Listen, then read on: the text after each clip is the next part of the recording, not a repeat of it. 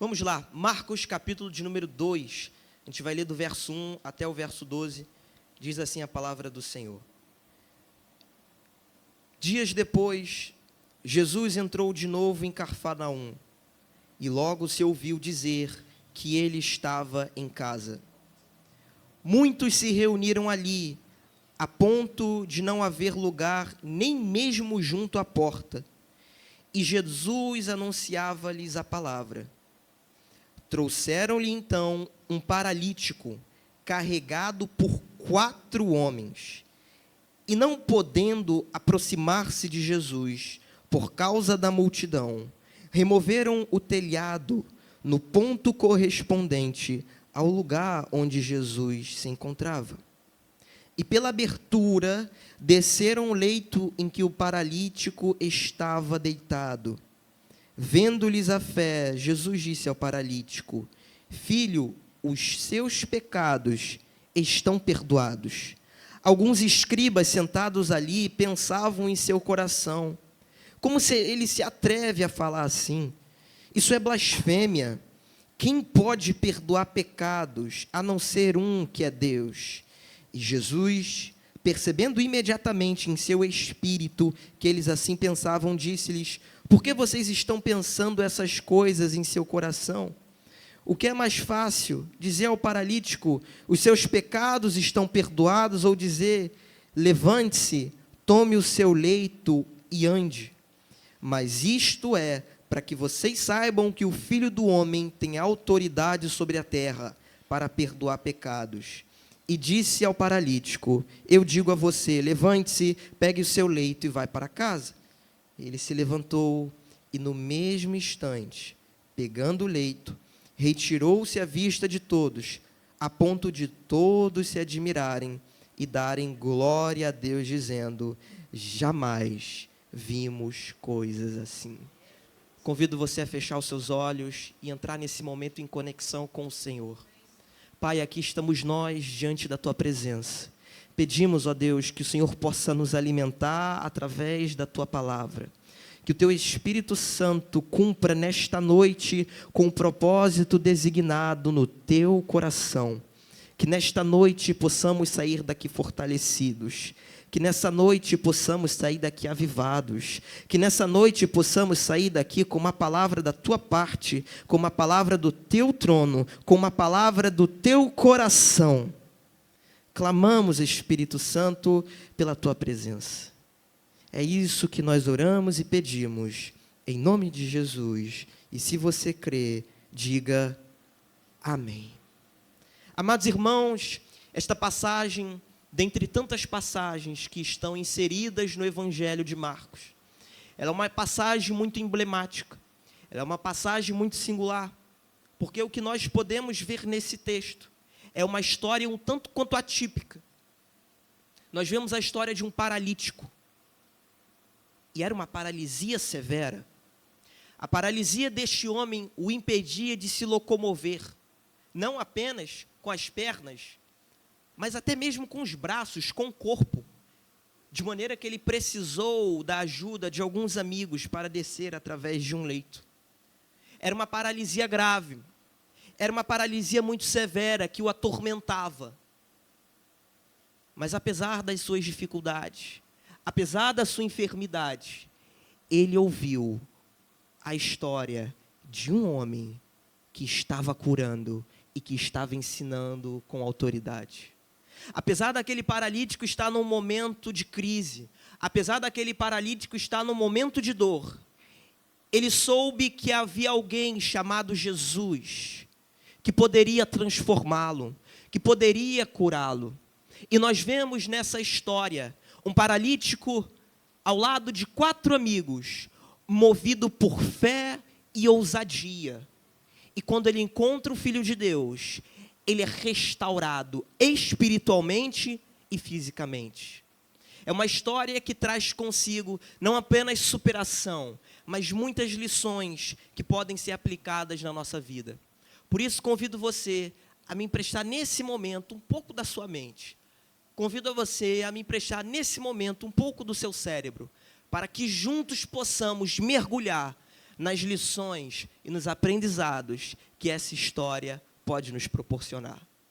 Em primeiro lugar, e essa é a primeira lição, entre o acontecer e o decidir. Entre o acontecer e o decidir. Quando Jesus ele estava em Cafarnaum, as Escrituras demonstram que as notícias de que ele estava ensinando percorreram de modo abrasador por toda aquela região. As notícias acerca de Jesus foram difundidas por toda aquela sociedade, de tal modo que todos foram visitá-lo. E não havia espaço na casa. A casa estava completamente abarrotada, de maneira que nem mesmo na porta havia possibilidade de entrada e de saída. Até aquele momento, Jesus já estava em ascensão. O ministério do nosso mestre naquele tempo já estava em um certo desenvolvimento aprimorado. Até aquele momento, Jesus ele era conhecido e ele se sobressaía dentre tantos outros mestres que poderiam existir. Primeiro, por causa do seu ensino. Jesus sempre ensinava com autoridade. Jesus sempre ensinava com ousadia. Jesus sempre tinha a palavra certa para o momento certo. Jesus se destacava também por causa dos seus milagres. Onde Jesus passava, havia prodígio. Onde Jesus passava, alguém era curado, alguma fé era despertada, alguém correspondia, algo acontecia. Quando Jesus passava, o ambiente já não era mais o mesmo. Jesus se sobressaía também, sobretudo pelo seu caráter, diferente dos mestres religiosos daquele tempo. O nosso mestre vivia o que pregava, o nosso mestre promovia amor, ele promovia justiça, tinha um caráter íntegro, tinha um caráter probo, e em todos os ambientes em que ele estava, ele se destacava como mestre, ele se destacava como homem de caráter, ele se destacava nas suas curas e nos seus milagres. Então, até aquele momento, Jesus já era muito conhecido. Jesus, naquele tempo, era a novidade do momento. Todos queriam ver aquele que se intitulava o Filho de Deus. Todos queriam ter um espaço para ouvi-lo. Todos queriam ter um espaço para tocá-lo. Por isso que, quando Jesus está em Cafarnaum, a aglomeração é imediata. Porque, naquele momento, Jesus já estava conhecido. Mas, em paralelo, a multidão que tinha interesse de ouvir Jesus, havia um paralítico que cultivava o desejo de encontrar o Filho de Deus. Em paralelo àquela multidão que se aglomerava naquela casa, havia um homem que estava sofrendo de uma enfermidade muito severa, que o impedia de ser feliz, que o impedia de exercer as suas atividades do cotidiano. Então, este homem não estava apenas só, ele também tinha 4 amigos que o auxiliaram a levar até Jesus. Este é o cenário. Nós temos então Jesus ensinando na casa e um paralítico com um desejo no coração. O paralítico com uma meta, o paralítico com um objetivo. O paralítico ele tinha um foco e o foco dele era alcançar Jesus. Mas por mais que o interesse do paralítico fosse genuíno, por mais sincero que fosse o interesse daquele paralítico e o apoio dos seus 4 amigos, havia uma barreira, havia um impedimento, a multidão. Por mais virtuoso que pudesse ser a fé do paralítico em alcançar o mestre, haviam obstáculos que estavam o impedindo de alcançar o Cordeiro de Deus. Ele tinha esse desejo, e os seus amigos compartilhavam mutuamente deste desejo. Porém, ele não estava sendo capaz de alcançá-lo, porque Jesus naquele tempo já estava em ascensão, o ministério de Jesus já era muito conhecido, então onde ele ia, lotava. Todos queriam ouvir, todos queriam ver, todos queriam ser curados. O paralítico estava na fila esperando. Então, por mais genuíno que fosse o interesse daquele homem, por mais sincero que fosse, ele estava enfrentando uma dificuldade, ele estava enfrentando aquela circunstância. E diante daquela realidade, diante daquela situação que o paralítico estava vivendo, ele tinha 2 opções. ou ele desistia, ou ele decidia persistir.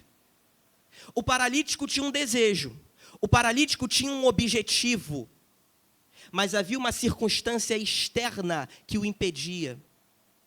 Mas é interessante perceber que mesmo diante daquele obstáculo, mesmo diante daquela circunstância desfavorável, o paralítico não desiste, o paralítico ele persiste. Amados, o paralítico aqui nos ensina uma história e uma lição preciosa. Aquilo que acontece de fora, aquilo que acontece de maneira externa à sua vida, pode ser como a do paralítico. Ele não tem controle sobre a multidão. O paralítico não tinha gerência sobre aquelas pessoas, ele só tinha um desejo, mas ele não esperava por aquilo. Às vezes, circunstâncias externas vêm quando nós não esperamos. E nós não temos controle sobre elas. Assim como o paralítico tinha um desejo e não tinha um controle sobre aquela situação, muitas das vezes também nós temos um projeto, nós temos um desejo, nós temos um objetivo, mas nós não temos controle daquilo que vem de fora. Nós não temos controle da multidão porque nós não sabemos quando ela vai vir. Nós não sabemos quando ela vai estar. Mas o paralítico, mesmo diante daquela situação, ele entendeu que ele poderia não controlar o externo, ele poderia não controlar as circunstâncias, mas a maneira como ele ia decidir reagir, sim. Ele entendeu que ele não tinha gerência sobre a multidão, mas a maneira como ele ia lidar com aquilo estava na sua competência. Ele entendeu que, apesar do desejo dele ser virtuoso e sincero, a circunstância era imprevisível, a circunstância era inevitável. Ele não tinha controle sobre o amanhã, ele não tinha um controle sobre os segundos, ele não tinha um controle sobre as pessoas, ele não tinha o controle de absolutamente nada. Mas uma coisa ele tinha, era o controle de decidir como ele iria reagir. Aquela multidão se aglomerava na casa e o paralítico tinha todas as justificativas para desistir. Ele poderia dizer aos seus amigos, vamos voltar outro dia em que Jesus estiver aqui. Ou então ele poderia se culpar, ele poderia pensar, caramba, a gente deveria vir mais cedo, olha só, tá vendo? Eu falei com vocês. Ele poderia se vitimizar, meu Deus, eu estou nessa circunstância, eu estou nessa condição enferma. E até quando eu estou com um desejo de encontrar Deus, me aparece uma situação como essa. Ah, meu Deus, eu estou fadado mesmo ao fracasso. Eu estou fadado mesmo ao colapso. Não vai dar certo. Eu vou desistir. O paralítico, ele podia ter diversas alternativas de decisão. Mas é interessante perceber que mesmo diante dessa situação, ele não decidiu desistir. Ele entendeu que ele não podia ter o controle sobre a multidão, mas o controle sobre as suas decisões estava dentro do seu escopo de competência. Isso nos ensina muito. Nós não temos o controle sobre o que vem de fora. Nós não temos gerência alguma do dia de amanhã. Alguém aqui sabe o que vai acontecer contigo semana que vem? Levanta a mão. Ninguém. É impossível. Nós não temos controle porque o amanhã é imprevisível. Nós não sabemos qual vai ser o tamanho da multidão. Mas nós não estamos à mercê da imprevisibilidade da vida. Porque nós podemos não ter controle sobre a multidão que está presente. Mas a maneira como nós iremos decidir reagir, sim. Então, talvez você que me escute tenha passado por uma situação difícil. Talvez você tenha passado por um problema no seu empreendimento, por um problema no seu projeto, algo imprevisível, algo do qual, como paralítico, você não tinha controle, você não tinha gerência. Tudo bem, você não tem controle sobre o que vem externo, mas sobre o que está interno é seu. Você decide enxergar aquela situação como um fracasso ou como uma oportunidade de aprendizagem. Talvez você que me ouça aqui não passou numa prova, não passou no concurso, estudou, não conseguiu, a situação externa veio. Você pode não ter controle exatamente sobre isto, mas a maneira como você vai decidir reagir em relação a isso é teu. Sabe o que Deus está dizendo é, o que vem de fora, o que vem externo, eu cuido. Mas o que está dentro da sua responsabilidade de atuação não espera por mim. Às vezes, nós espiritualizamos aquilo que está apenas no escopo da decisão. Às vezes, o que nós precisamos fazer é entender, sim, o que vem de fora não compete a mim, mas a maneira como eu vou decidir reagir em relação àquilo, Deus me possibilita decidir.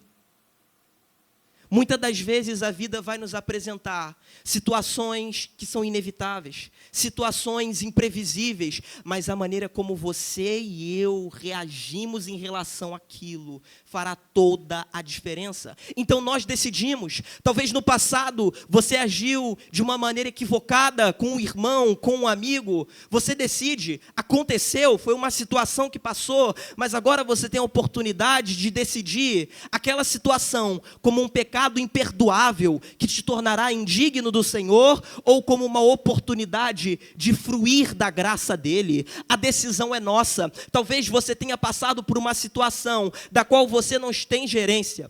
Talvez você tenha passado por uma situação em que não estava na sua agenda, não estava no seu calendário, não estava na sua previsão, você não tem controle sobre o que vem de fora, mas como nós iremos reagir sim, porque quando nós decidimos reagir como paralítico, nós conseguimos alcançar a Jesus.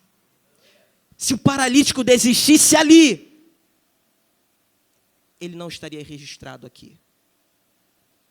O paralítico não tinha controle nenhum sobre aquela multidão, ele só tinha um desejo, uma meta, um objetivo. E ele não deixou de realizar por causa do que vem de fora, porque ele entendeu que o que definia o destino dele não era o que vinha de fora, mas era como ele reagia por dentro. Deus está te convidando hoje, aqui e agora, a fazer como esse paralítico.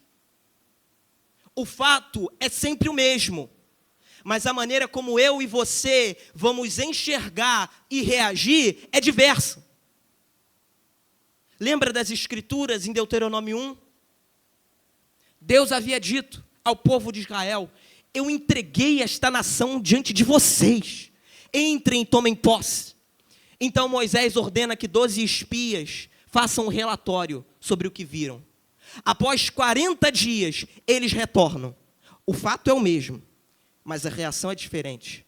Porque todos os espias, com exceção de 2, dizem assim, não dá. A terra é boa, a terra mana leite e mel, mas nós somos como gafanhotos. A terra é próspera, mas nós não vamos conseguir, porque são como gigantes, mas nós vemos por outro lado, Josué e Calebe, movido por fé, dizendo, não, tudo bem, nós somos pequenos, e eles são gigantes, mas nós temos um Deus que é maior. O fato era exatamente o mesmo, a conquista da terra prometida, mas a maneira como cada um reagiu em relação ao que vinha de fora, definiu o destino. O que define a sua vida, o seu destino, não é as imprevisibilidades da vida que te atormentam, mas a maneira como nós reagimos àquilo. O que nos torna diferente dos demais é entender que, apesar de não termos controle sobre essas coisas, nós não estamos à mercê delas. Deus nos dá a oportunidade de, como paralítico, reagir com fé, reagir com coragem, reagir com autoridade, reagir com intrepidez. Diga ao seu irmão com fé e com carinho, reaja, meu irmão. Nós vemos isso nessa história. E essa é a primeira lição que nós aprendemos com o paralítico. Entre o acontecer e entre o decidir. E a segunda lição que nós podemos extrair desse texto é onde a força faltar, a amizade carrega. Por isso que é bom ter amigo, né, Miguel? Por isso que é bom a gente ter amigo. Graças a Deus. Por isso que é bom. Amados, percebam, o paralítico tinha um objetivo, era encontrar Jesus. Agora eu pergunto para a igreja, o paralítico ia conseguir chegar até Jesus apenas com a decisão dele? Sim ou não? Hã? Não. Por mais que o paralítico decidisse reagir da maneira correta e adequada frente àquela circunstância, ele jamais iria conseguir alcançar Jesus se estivesse sozinho. Nós vemos aqui nas Escrituras que, apesar da multidão e do desejo do paralítico e da reação adequada, ele não iria conseguir. Por quê? Ele era paralítico. Ele não conseguia andar, não havia mobilidade, não havia locomoção. Agora, esses 4 amigos colocam o paralítico num leito, eles sobem até o telhado de uma casa. Imagine subir num telhado de uma casa com um paralítico e um leito. E não apenas subir, rasgar o telhado. E não apenas rasgar, descer com uma corda. E não apenas descer, mas fazer força, porque se soltasse o homem ia cair, aí de paralítico é para morto. Amados, o que mais se sobressai nesse texto é o valor da amizade. Sabe, ao lermos esse texto, o que não pode deixar de ser visto é o fato de que pessoas precisam de pessoas. Olha, não importava o primeiro tópico para o paralítico, porque ele não podia andar. Mas agora ele tinha ajuda. Ele tinha verdadeiras amizades. Nós vemos aqui, amados irmãos, as Escrituras nos levando a um lugar de reflexão acerca das nossas conexões. Quem seria esses 4 amigos no lugar do paralítico? Ou melhor, no seu lugar, na sua vida? Quem seriam essas 4 pessoas que te carregariam para Jesus? Talvez alguns aqui pensem, Juan, não seria nem 4 não, seria 6, que eu estou bem demais de amigo verdadeiro. Talvez outros estão pensando, Juan, é 0, eu ia morrer ali mesmo. Independente, perceba, pessoas precisam de pessoas. Deus, ele não nos projetou para estar sozinho. Deus, ele não nos projetou para estar isolado. O homem foi criado para estar em sociedade. Nós vemos isso nas Escrituras. Lembra de Gênesis? O pecado ainda nem havia adentrado na humanidade, mas Deus já percebeu um problema. Nem havia pecado. E qual era o problema? A solidão. Não havia ainda pecado, mas Deus pôde ver que era necessário alguém para estar ali com Adão. Deus não nos fez para viver sozinho, como lobo solitário. Não existe isso. Na nossa sociedade, geralmente, isso é virtuoso, né? Não, eu sou sozinho. Eu resolvo todos os meus projetos. Com a força do... Eu não preciso de ninguém. Mas o sujeito precisou do pai e da mãe para sobreviver, mas na hora ali que conquistou. Perceba, irmãos, a importância da amizade aqui. Porque quando nós não conseguimos, quando nós não temos forças, quando nós não temos ânimo, a amizade carrega. Amizades estas verdadeiras. Jesus, ele nos deu exemplo.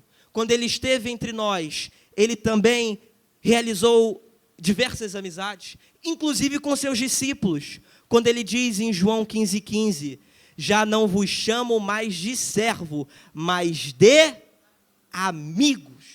Jesus também teve amigos. Pessoas precisam de pessoas. Porque nos momentos em que eu e você estivermos fracos, no momento em que eu e você estivermos desanimados, nós temos a amizade para nos conceder consolo e alento. Como é bom num momento ruim da nossa vida, num momento desagradável, nós podermos contar com um braço amigo só para desabafar.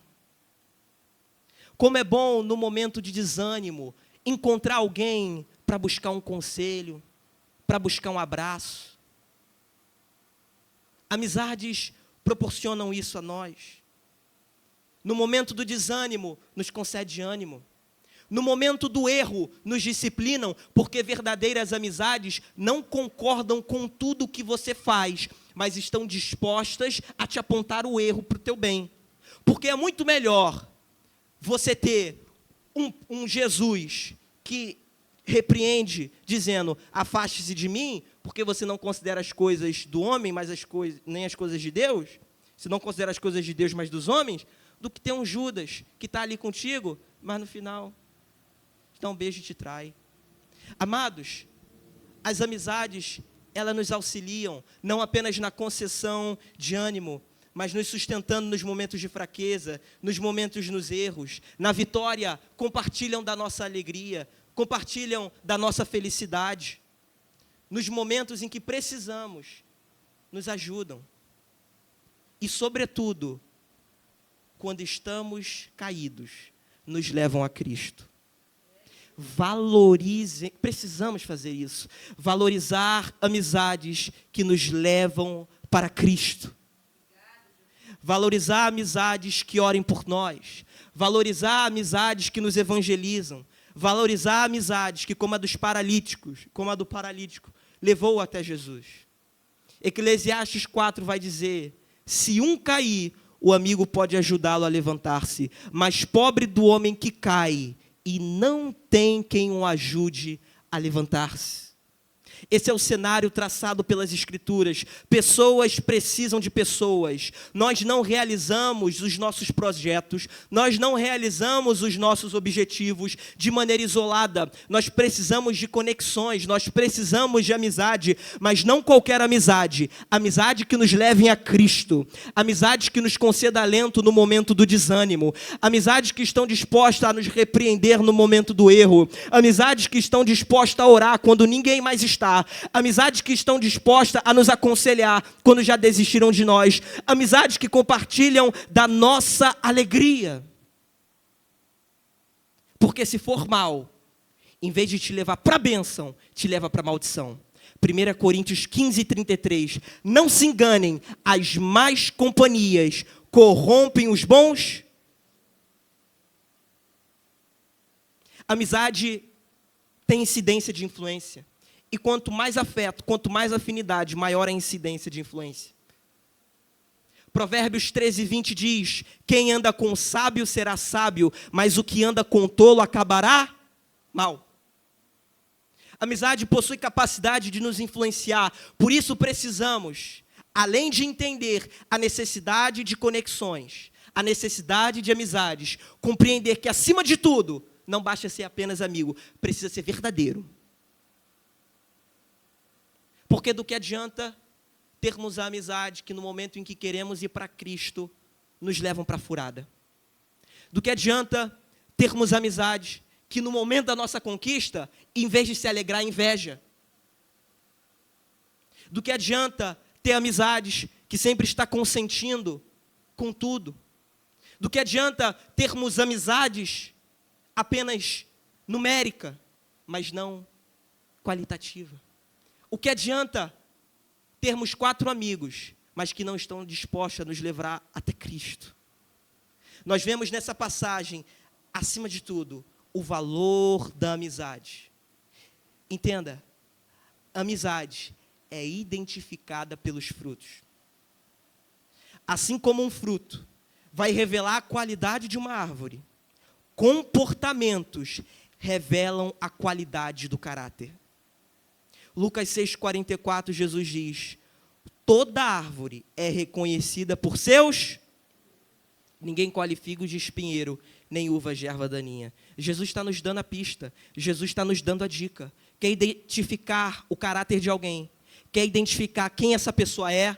Então veja o comportamento, veja os frutos, porque o comportamento é apenas a externalização da condição do coração. Quer entender se a sua amizade é daquela que irá te levar até Jesus no meio da sua paralisia, ou se ela irá te levar para o desastre, analise os frutos. Precisamos identificar, mais do que números, qualidade, de maneira que elas possam ser a nossa rede de apoios. Por quê? Ninguém vive sozinho. Diga ao seu irmão, você é meu amigo. Diga mais forte, ele está com sono. Fala, você é meu amigo. Agora ele acordou. Essa é a segunda lição. Nós vemos então o paralítico que recebe ajuda de 4 amigos. 4 amigos verdadeiros, não era furada não.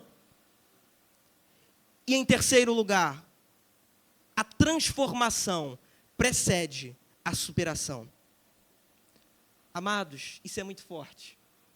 Porque quando aqueles 4 amigos fizeram o paralítico descer por um leito, a primeira atitude de Jesus foi declarar perdão sobre os pecados. Dentre tantas atitudes que Jesus poderia ter, Jesus, vendo aquele cenário criativo, aquela coisa estranha, poderia ficar surpreso, poderia tomar um susto também, na condição de homem, poderia ter diversas reações, mas a primeira reação de Jesus é a admiração pela fé e a declaração de cura. E a primeira cura que Jesus lança não é a física. A primeira cura que Jesus declara é a espiritual. O paralítico foi com o objetivo de receber a cura física, mas primeiro ele recebeu a cura espiritual. O paralítico tinha um objetivo de encontrar superação para aquele desafio que estava enfrentando, para encontrar cura para aquela circunstância em que estava vivendo. Mas a necessidade mais importante do paralítico não era física. A necessidade mais importante do paralítico era espiritual. A necessidade mais importante daquele homem foi a de ligá-lo ao Pai. Isso nos ensina muito. Jesus, ele poderia, vendo aquele paralítico, curá-lo de imediato. Mas antes de curá-lo, antes de intervir, antes de realizar o milagre, primeiro ele realiza outro milagre, qual é a transformação do coração. Antes de Jesus atingir o físico, ele restaura o relacionamento daquele homem com Deus. Sabe o que é isso? Antes de Deus nos conceder a provisão, antes de Deus te conceder a intervenção, antes de Deus te conceder o alívio, antes de Deus te conceder a oportunidade, antes de Deus se mover em favor da tua vida com bênçãos nessa terra, primeiro Ele quer se mover em direção ao seu coração.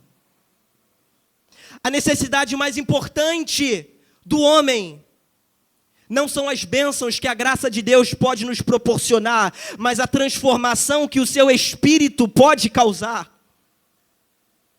A necessidade mais importante que nós temos não são as bênçãos, não são a provisão, nem a intervenção que Deus pode te dar por ser Deus, mas a transformação que Ele pode realizar no seu e no meu coração. É que às vezes nós invertemos as coisas. Às vezes damos mais valor para a bênção, para a cura da paralisia, do que um coração transformado. Quando a prioridade de Deus para mim e para você é a transformação do nosso caráter. É nos ligar ao Pai. É intensificar a nossa comunhão com Ele. 1 Timóteo 2,4 vai dizer que Deus deseja que todos sejam salvos e cheguem ao pleno conhecimento da verdade. Porque do que vale eu e você recebermos o pedido, recebermos a resposta, recebermos a provisão, recebermos o cliente, recebermos a aprovação, recebermos a conversão do outro, quando ainda em nós há necessidade de santificação e transformação. Porque estamos muito focados nas coisas dessa terra, mas esquecemos que existe um reino celestial, cujo requisito de entrada é transformado aqui. Jesus diz em João 3,3 a Nicodemos: Nicodemos, se alguém não nascer de novo, não poderá ver o reino de Deus. Veja, eu não estou dizendo que Deus não possa conceder, que Deus não possa fazer, que Deus não possa se mobilizar. Ele pode curar sim a tua paralisia, Ele pode intervir sim na sua dor, mas primeiro, Ele quer o teu coração. Primeiro, Ele quer a nossa vida diante do altar. O que o Senhor nos convida é muito além de superar, é muito além de alcançar, de conquistar, mas é ser uma nova criatura. O que o Senhor está convidando e o que o Senhor está nos falando através dessa história é que existe provisão, existe cura da paralisia, mas primeiro, e a necessidade mais importante, é a cura do meu e do seu coração. Nós vemos isso nessa história. Jesus primeiro, então, ele tem a atitude de declarar perdão sobre os pecados. E agora vem a quarta lição. Antes de acontecer no visível, já aconteceu no invisível. Preste atenção em mim. A Bíblia vai dizer que a primeira reação de Jesus é curá-lo espiritualmente. Jesus diz: meu filho, seus pecados estão perdoados. Mas as Escrituras demonstram que naquela multidão haviam autoridades religiosas que estavam apenas dissimulando um falso interesse. E eles pensavam em seu coração: como que esse homem se atreve a declarar cura? Como que esse homem tem a audácia de derramar transformação? Como que esse homem tem a ousadia de perdoar pecados? Se só quem pode perdoar pecados é um, que é Deus. Esse homem está se colocando na condição de Deus? E Jesus, como ainda tinha atributos divinos, ele foi capaz de enxergar e de captar aqueles pensamentos. E Jesus diz: o que é mais fácil dizer? Paralítico, levante-se ou ande, ou seus pecados estão perdoados? É óbvio que era muito mais fácil dizer: seus pecados estão perdoados, porque não tinha como comprovar, era um milagre invisível. Agora dizer: levante-se e ande, não tinha como duvidar, estava acontecendo ali. Nós vemos isso acontecer com Jesus. Jesus, então, promove a cura espiritual, mas aqueles homens começam a duvidar. E para validar a sua autoridade, ele realiza um milagre visível. Preste atenção para que possamos entender isso. A cura espiritual, o perdão de pecados, a transformação, era um milagre invisível. Não podia ser visto. Aquela atuação de Deus era imperceptível aos olhos humanos. Agora, a cura física, a cura da paralisia, podia ser vista. Levantar-se e andar era visto por todos. Então, quando Jesus realiza aquele milagre da paralisia, ele está validando o milagre espiritual. Mas é interessante perceber que antes daqueles homens verem no visível o milagre acontecer, no invisível já havia um Deus que estava fazendo. Antes daqueles paralíticos ver com seus próprios olhos a cura da sua enfermidade, no invisível já havia um Deus que estava se mobilizando. Antes do paralítico perceber de maneira visível a cura que ele iria receber, no invisível, Deus já estava agindo. Antes de acontecer à sua vista, Deus no invisível já trabalha ao seu favor. Antes de Deus trazer a resposta no invisível, Ele já se mobiliza para a tua causa. Antes de vermos no visível a superação daquele desafio, a vitória sobre aquelas circunstâncias, no invisível já existe um Deus que está agindo. Deus não se atrasa. Deus, Ele sabe exatamente o que eu e você precisamos.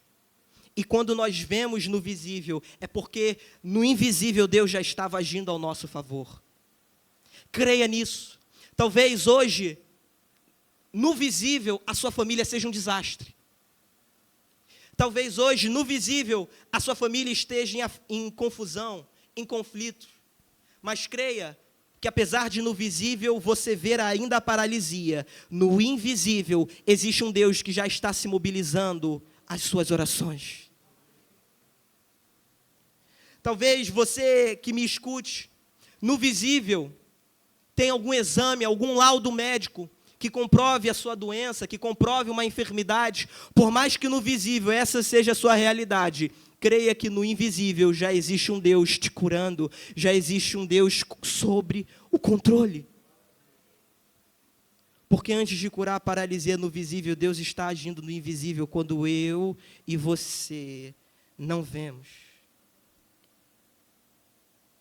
No invisível, acontece primeiro.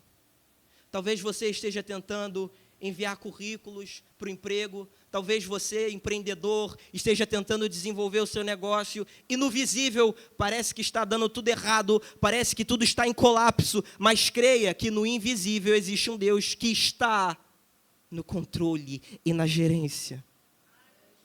Talvez no seu local de trabalho, o visível é perseguição, o visível é concorrência, o visível é competição, o visível é dor. Mas no invisível Deus sabe onde te coloca. No invisível Deus atua. E muitas das vezes a minha e a sua realidade é exatamente como a do paralítico.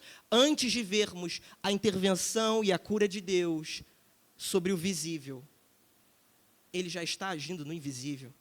O que Deus está convidando a mim e a você nessa noite é entender que antes de acontecer, Ele já está se mobilizando. Antes de acontecer, Ele já estava vendo. Antes de você conseguir encontrar a sua resposta, encontrar a superação para aquele desafio, no invisível já havia um Deus que estava agindo ao seu favor. Como paralítico, nós precisamos entender que o visível é apenas a materialização daquilo que no invisível já está decretado. Nós precisamos entender que o que nós vemos é apenas consequência de uma mobilização que no mundo espiritual eu e você não vemos. Então não desista e se mantenha firme. Tenha paciência. Jesus pode ter declarado o perdão sobre o pecado e você não está vendo nada. Mas a cura da paralisia um dia vai chegar. Creia nisso de todo o seu coração. Porque antes de Deus realizar a nossa vista, Ele já está realizando onde a gente não vê. Nós vemos exatamente isso na vida do paralítico. E toda experiência de milagre, toda vitória vivida por nós, é obra de um Deus que está atuando no invisível dos olhos humanos. Se você crê nisso, se coloque de pé. Amém, Jesus. Se coloque de pé nesse momento.